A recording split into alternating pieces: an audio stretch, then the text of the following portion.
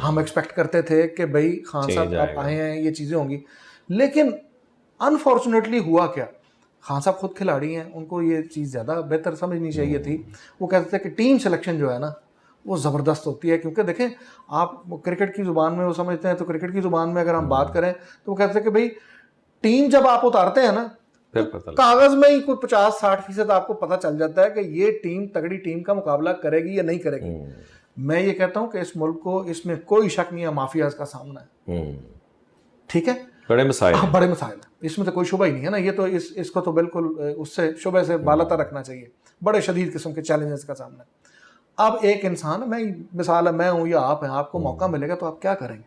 आप सबसे पहले एक काबिल बासलाहियत टीम मैदान में उतारेंगे कि भाई ये सारे चैलेंजेस से निपटने के लिए मुझे ये लोग चाहिए ताकि मैं इनसे निपट सकूं। और आपने पाकिस्तान का सबसे बड़ा सूबा किस हाथ में दिया?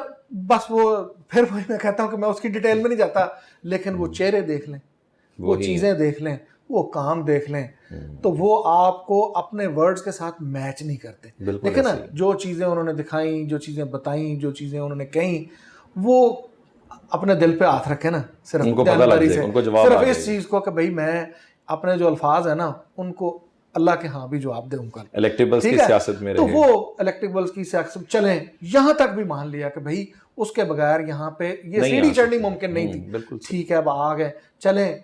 उसके बाद भी मैं ये नहीं कहता कि यहाँ यकदम कोई ऐसा इनकलाब बर्पा होता कि जिसमें रातों रात कुछ चीज़ें पलट जाती। मैं उन लोगों में से नहीं हूँ ऐसा कि जो ये एक्सपेक्ट करें, लेकिन जिसे कहते हैं कि कम से कम कोई सिमत तो नजर आए कि भाई ये मैंने कोशिश की है, इस कोशिश के समरात भले 15 साल 20 साल बाद आए, मैंने को ठीक है उनकी काबिल सताइश हैं, बहुत सारी कोशिशें चीज़ें हैं, लेकिन वो इस चीज़ में अपनी टीम को, अच्छी टीम को उतारने में, अच्छे लोगों को, साफ सुथरे चेहरों को, साफ सुथरे जिनकी शोहरत थी उनको लाने में वो नाकाम रहे।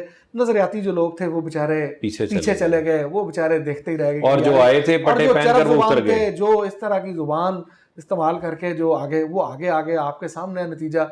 और फिर होता क्या है, अपनी पार्टी के अंदर भी फूट पड़ी, इसमें ढकी चुपी डिवाइड हो गई, सारे डिवाइड तो अपनी पार्टी के अंदर भी है ना।